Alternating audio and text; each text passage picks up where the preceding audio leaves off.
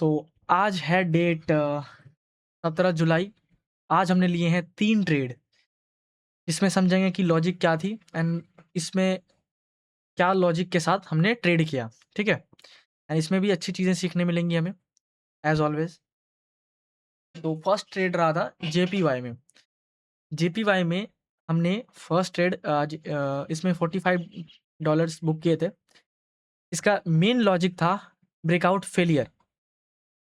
अगर हम डे पर देखें तो मार्केट आज जस्ट इसके हाई ब्रेक करके मार्केट वापस आ रही थी। एक सेकंड। मार्केट जस्ट आज इसका हाई ब्रेक करके यहाँ से डाउन साइड आ रही थी, ठीक है? इसी बीच जब देखा हमने कि ब्रेकआउट फेलियर हो रहा है वहाँ पर, तो हमने यहाँ पर ट्रेड इनिशिएट किया था इसको देखकर। फिर इस ज़ोन का ब्रेकआउट हुआ, इस ज़ोन का, तीनों ज़ोन का ब्रेकआउट हुआ, तो ब्रेकआउट के साथ जैसे इसका हाई टूटा, यहाँ पर लोअर लो बन रहे थे, हमने सेल किया। 15 मिनट टाइम फ्रेम पर भी देखने में अच्छी लग रही थी मार्केट, सेल किया एंड देन 1:5 समथिंग मार्केट गई थी और स्पाइक में हमने टारगेट नहीं लगाया, इस वजह से यहाँ पे निकले हम। तो ठीक है, $45 ही बने, नहीं तो $100 समथिंग प्लस बनता है। और ठीक है, एक ट्रेड ये था। उसके बाद इसमें सिंपल लॉजिक यही था कि जब मार्केट ने इसका हाई तोड़ा था इस जोन का, जैसे ये ब्रेकआउट हुआ ना, इस जोन से जो ब्रेकआउट हुआ उसके बाद डाउन साइड के लिए हमने ट्रेड प्लान किया था, जो कि यहाँ पर भी क्लियरली दिख रहा है, खास करके 15 मिनट टाइम फ्रेम पर। फेलियर था इसका एंड देन लोअर लो गिर गया। मार्केट अभी ऊपर जाने के मूड में है, क्लियर कट दिख भी रहा है कि यहाँ से ऊपर जाएगी मार्केट। तो अब नेक्स्ट टाइम जब प्लान करेंगे तो बाइंग साइड के लिए ही प्लान करेंगे, ठीक है? अब आते हैं नेक्स्ट जो हमने ट्रेड लिया नेक्स्ट इंस्ट्रूमेंट पर, ठीक है? उसका नाम है एयूडी। एंड एयूडी में हमने क्या देखा, यहाँ पर हमने ट्रेड ली, $55 इसमें बुक किया। मैं इसका लॉजिक समझाता हूँ। देखो ये 1 घंटे का चार्ट है, ठीक है? 1 घंटे में आपको दिखेगा यहाँ पे रेजिस्टेंस है, मार्केट यहाँ से प्रीवियस टाइम पर गिरी थी, ठीक है? से दिस यहाँ से अच्छा खासा फॉल आया था।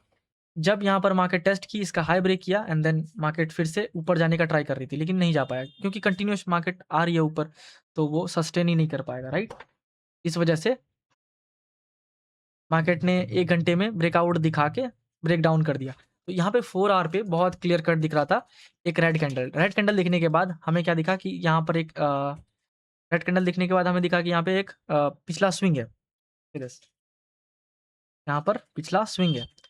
इस स्विंग को जब ब्रेक किया मार्केट ने, देखो इस स्विंग को, प्रीवियस स्विंग को जब मार्केट ने टेकन आउट कर लिया, गिरा एंड देन टेकन आउट कर लिया, यहाँ पर हमने सेल किया था एग्जैक्टली इस जगह पर, देखो है ना? इसी के हिसाब से हमने ये मोमेंटम कैप्चर किया था यहाँ तक।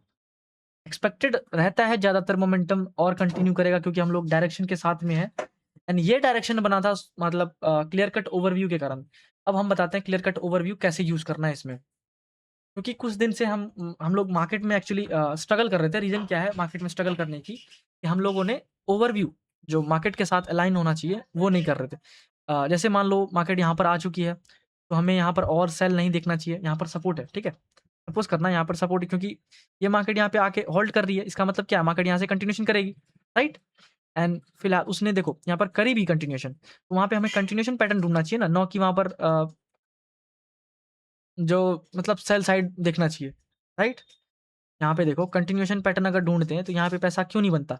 यहाँ पे सपोर्ट है तो मार्केट यहाँ से बाउंस बैक करेगी, क्योंकि पिछला सपोर्ट भी इंटैक्ट था, वहाँ पे सेफ था 4 आवर पे, तो हम लोग वहाँ पे सपोर्ट ढूँढकर इस ट्रेंड को कैप्चर कर सकते थे और मतलब ट्रेंड के साथ में जहाँ-जहाँ मार्केट स्विंग के साथ चली है वहाँ से पैसा बना सकते थे पूरा। यहाँ से लेके वहाँ इस रैली तक हर जगह बाय करके हम लोग पैसा बना सकते थे। वहाँ पर सेल के बीच में हम लोग ये सोच के कन्फ्यूज़ नहीं होते कि सेलिंग करनी है, उसी वजह से हम लोग बीच में ट्रैप हो रहे थे बहुत ज़्यादा। तो हमें इनको फ़ॉलो करना है, जहाँ पर रेजिस्टेंस है वहाँ पर वेट करना है फेलियर का। मतलब प्रीवियस लिक्विडिटी स्वीप हुई उसके बाद कंटिन्यूएशन का प्लान करना है, क्योंकि मार्केट लिक्विडिटी लेने के बाद ही कंटिन्यू उसी डायरेक्शन में फॉल करेगी जिस डायरेक्शन में उनको जाना है। फुल डायरेक्शन जो उसका होगा, ठीक है? तो ये रही एयूडी की ट्रेड एंड 2 ट्रेड हमने टारगेट लिए एंड 1 ट्रेड स्टॉप लॉस गया है। उसमें भी स्टॉप लॉस नहीं होता, 1 ट्रेड और इनिशिएट कर सकते थे गोल्ड में, लेकिन वो नहीं किए क्योंकि ट्रेड लिमिट हिट हो चुका था आज। इसी वजह से आज हमने इसको छोड़ दिया एंड नेक्स्ट डे इसको ट्राई करेंगे ज़रूर, क्योंकि आज 3 ट्रेडिंग डेज़ जो होते हैं, 3 मतलब डे के 3 रूल, मतलब डे के रूल होते हैं कि एक दिन में 3 ट्रेड से ज़्यादा नहीं होने चाहिए, तो वो हिट हो चुका था ऑलरेडी। दैट्स व्हाई आज हमने एक भी ट्रेड और नहीं लिया। जब हमने ट्रेड लिया था यहाँ पर, तो ये एक अच्छी क्लोजिंग मिली थी और मार्केट प्रीवियस टाइम पर देखोगे आप, तो जब भी मार्केट लो ब्रेक कर रही थी स्विंग्स के, तो वो रिजेक्शन लेके कंटिन्यूएशन कर रही थी अपसाइड में। 4 आवर की बात है ये, ठीक है? गोल्ड 4 आवर में। तो जब भी मार्केट देखो प्रीवियस लो को ब्रेक की एंड उसके बाद होल्ड करने लगी। जब देखा हमने कि होल्ड कर रही है मार्केट, अब तो यहाँ पर होल्ड कर रही है, ठीक है? अब तो ये मार्केट अब जाना चाहिए इसको। मतलब अब अच्छा खासा टाइम वेट करने के बाद जब मार्केट इसका भी फेल कर दिया, देखो मार्केट ने इसको भी फेल किया एंड उसके बाद लोअर लो बनाया, फिर मार्केट नहीं गई, फिर ऊपर आई एंड देन जैसे ही ब्रेकआउट निकलने वाला था, फिर मार्केट ने थर्ड टाइम रेजिस्टेंस लेके एसएल ले लिया। एसएल के बाद जब मार्केट में अच्छा खासा हमें पैटर्न अच्छा भी लग रहा था, लेकिन हमने लिया नहीं इसको। मैं एक्सप्लेन करता हूँ रीज़न क्या रही। वही सेम रीज़न थी कि हमने 3 ट्रेड का लिमिट क्रॉस कर दिया था। इसी वजह से आज हमने ट्रेड इसको कैप्चर नहीं किया। नहीं तो ये भले ही ये ब्रेकआउट फेल हुआ, लेकिन हमने आज ये कैप्चर कर लेना था। क्योंकि 3 ट्रेड ऑलरेडी हो चुके हैं, इसी वजह से हमने नहीं किया। तो मैं ट्रेड का एग्ज़ैक्ट आपको दिखा भी देता हूँ, 1 सेकंड, कि जो पीएनएल है ना, वो दिखा देता हूँ मैं।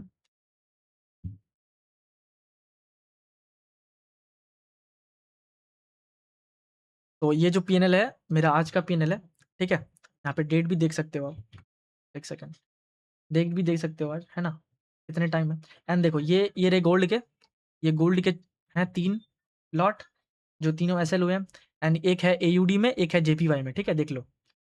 45 ये तीनों को मिला के, उसके बाद 55 ये तीनों को मिला के एंड $20 ये तीनों को मिला के, ठीक है? तो 3 ट्रेड थे आज के एंड आज का डे होता है क्लोज़। अब मिलते हैं नेक्स्ट वीडियो में, क्योंकि आज हमने जो सीखा ना, वो है पेशेंस। मार्केट में आप पेशेंस रखो और मार्केट के डायरेक्शन के साथ अलाइन हो जाओ। Direction means what? देखो, डायरेक्शन सिर्फ़ एक चीज़ों से नहीं बनती, ठीक है? डायरेक्शन आपको ढूँढ के निकालना पड़ता है, एक्चुअल में मार्केट करना क्या चाहती है, कहाँ पे कैसे रिएक्ट कर रही है। जैसे देखो, इस रेजिस्टेंस पे बार-बार मार्केट आके गिर रही थी। तो जब आप सपोज़ करते हो कि ये ट्रेंड लाइन पे आएगी, तो मार्केट मुझे यहाँ पे बियरिश सेटअप चाहिए। जब बियरिश सेटअप ढूँढोगे आप, तो यहाँ पे सेल कर पाओगे डेफिनिटली, राइट? मैं दिखाता हूँ एग्ज़ाम्पल्स और इसमें, 1 सेकंड। मैं ये डिलीट कर देता हूँ थोड़ी ड्राइंग्स, तो आपको क्लियर दिखेंगी।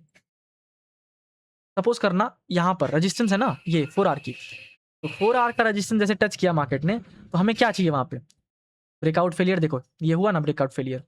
मार्केट ने इसका बाइंग साइड की लिक्विडिटी ली, उसके बाद मार्केट गिरना चालू हुआ एंड देन यहाँ पे रेजिस्टेंस बना, फिर फेलियर हुआ। तो इसी बीच में हमें ट्रेड कहीं एग्जीक्यूट करना होता है, ठीक है? ये 15 मिनट की कैंडल होगी, राइट? तो हमें इसी बीच में अच्छी एंट्री बनानी होगी और रीज़न है कि यहाँ पे रेजिस्टेंस आ चुका है। यहाँ पे ब्रेकआउट हुआ एंड ब्रेकआउट होने के बाद मार्केट को हॉल्ट, मतलब मार्केट जनरली पुल बैक करती है। कोई भी ज़ोन एकाएक अगर तोड़ती है, इस खास करके इस ऐसी कैंडल से, तो मार्केट को रिट्रेसमेंट उसी टाइम पे चाहिए होता है। तो इस बिहेवियर को भी हम लोग ट्रेड करके अच्छे पैसे बना सकते थे एंड और भी सारी अपॉर्च्युनिटी को हम लोग ने मिस किया। रीज़न क्या है? सीरियस मैं दिखाता हूँ। ये देखो, यहाँ पर सेल कर सकते थे, क्योंकि पिछला स्विंग टूटा था एंड लोअर लो बनी मार्केट कैंडल में, यहाँ पे सेल किए एंड देखा जाए तो यहाँ पर फेल भी हुआ एक्चुअल में। देखो, यहाँ पे फेल कैसे हुआ? सीरियस, इसका हाई टूटा था, उसके बाद हाई टूटने के बाद lower low, lower low, lower low and Giri market. तो यहाँ पर किसका एसएल हुआ? जो अर्ली बायर्स होंगे, जो चाहते होंगे कंटिन्यूएशन में और मार्केट जाएगी ऊपर, अब फिर से एवरेज कर देते हैं या फिर नया एंट्री बना लेते हैं यहाँ पर, जो इसमें मिस हो गया। तो वो यहाँ पर चाहेंगे कि हमें क्वांटिटी मिल जाए, इसी वजह से। एक बात हमेशा याद रखना, मार्केट जितना ज़्यादा लिक्विडिटी कलेक्ट करेगा, मार्केट उतना ही ज़्यादा उस डायरेक्शन में गो थ्रू करेगा, जिस डायरेक्शन में लिक्विडिटी कलेक्ट किया था उसके अगेंस्ट में। क्योंकि जैसा कि देखो, ये 15 मिनट की कैंडल है, 15 मिनट का रेंज था, ठीक है? 15 मिनट के रेंज में से दिस, ये 15 मिनट का रेंज टूटता है, मार्केट उसके बाद कंटिन्यूअसली फॉल। यहाँ पे क्या मिला? Continuously fall, right? तो ये कैसे आया? ये आया वहाँ के मेजर लिक्विडिटी ग्रैब होने के कारण। इस इसमें इस बीच में जब मार्केट इतने ज़्यादा ज़ोन को पूरे ट्रैप कर चुकी होती है, उसका पहले अपसाइड लिक्विडिटी हंट करती है सीधे। उसके बाद मार्केट ट्राई करती है जो उसका रियल मूव है, जहाँ उसको रियल में एक्चुअल में जाना होता है, यहाँ पर, राइट? सीधे। इतना फास्ट मूव हुआ यहाँ पर एंड उसके बाद फिर इसने मार्केट ने लिक्विडिटी ली यहाँ से, फिर कंटिन्यू, राइट? इसी मूवमेंट को लेने के बाद मार्केट को कंटिन्यू करना पड़ता है उसी डायरेक्शन में। लेकिन हाँ, लिक्विडिटी कलेक्ट करने के बाद आपको आसानी से पैसा बनाने मार्केट नहीं देगी। इसी साइडवेज ज़ोन में हमें बच के रहना है। इसमें अगर आप पैसा बचाते हो तभी आप डायरेक्शनल व्यू में पैसा बना पाते हो, कंटिन्यूएशन में। तो एक जो साइडवेज मार्केट होता है ना, उसको हमेशा बड़े टाइम फ्रेम्स में एनालाइज़ करना, तो वो ज़्यादा बेनिफिशियल मिलेगा आपको।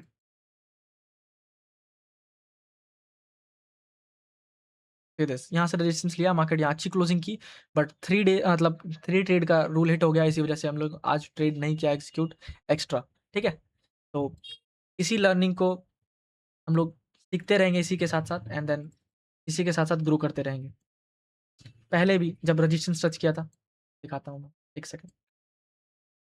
मार्केट पहले भी रेजिस्टेंस आ चुका है, बार-बार टेस्ट किया है सीधे यहाँ पर आने के बाद एक ट्रेंड लाइन आती है, ट्रेंड लाइन जैसे इसका हाई ब्रेक हुआ एंड 4 आवर की कैंडल है ये, उसके बाद मार्केट डाउन साइड। तो हमें क्या पता है कि जैसे लो ब्रेक करती है मार्केट रिवर्सल करती है, लो ब्रेक करती है मार्केट रिवर्सल करती है एंड जैसे ही हाई हाई के पास आती है, यहाँ से रेजिस्टेंस लेके गिरती है, यहाँ से रेजिस्टेंस लेके गिरती है। तो हमें इसका बेनिफिट लेना चाहिए, राइट?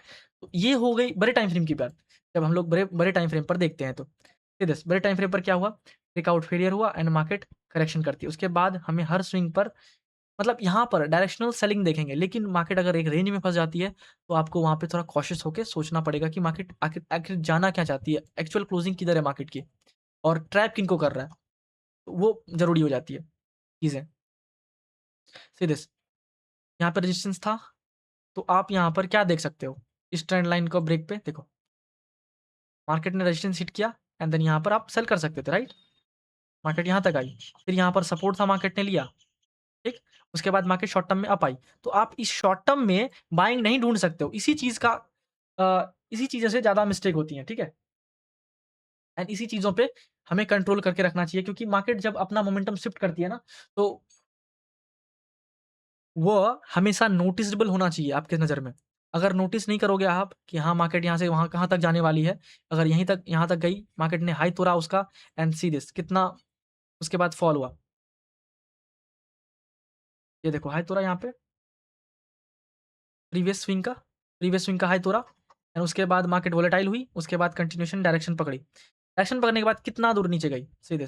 आप ये ट्रेंड का पैसा पूरा बना सकते हो अगर आपने सही डायरेक्शन चूज़ किया है तो, राइट? एंड सिमिलरली अगर आप ट्रेंड के साथ हो, तो ऐसे फेलियर मतलब पिछले स्विंग का हाई ब्रेक हुआ एंड देन वहाँ पे सेल करोगे क्योंकि मार्केट ओवरऑल डाउन ट्रेंड में है। डाउन ट्रेंड में है और शॉर्ट टर्म में बाइंग हुई थी। तो शॉर्ट टर्म में बाइंग होने के बाद मार्केट को कंटिन्यू करना है अपने रियल डायरेक्शन में। समझ रहे हो? इसीलिए हमें वो ट्रेंड हमेशा समझ के रखना चाहिए कि मार्केट कहाँ तक ऊपर जाएगी। इसी सब बीच के बीच में हमें नहीं फँसना होता है। ठीक है? तो thank you so much for today's video.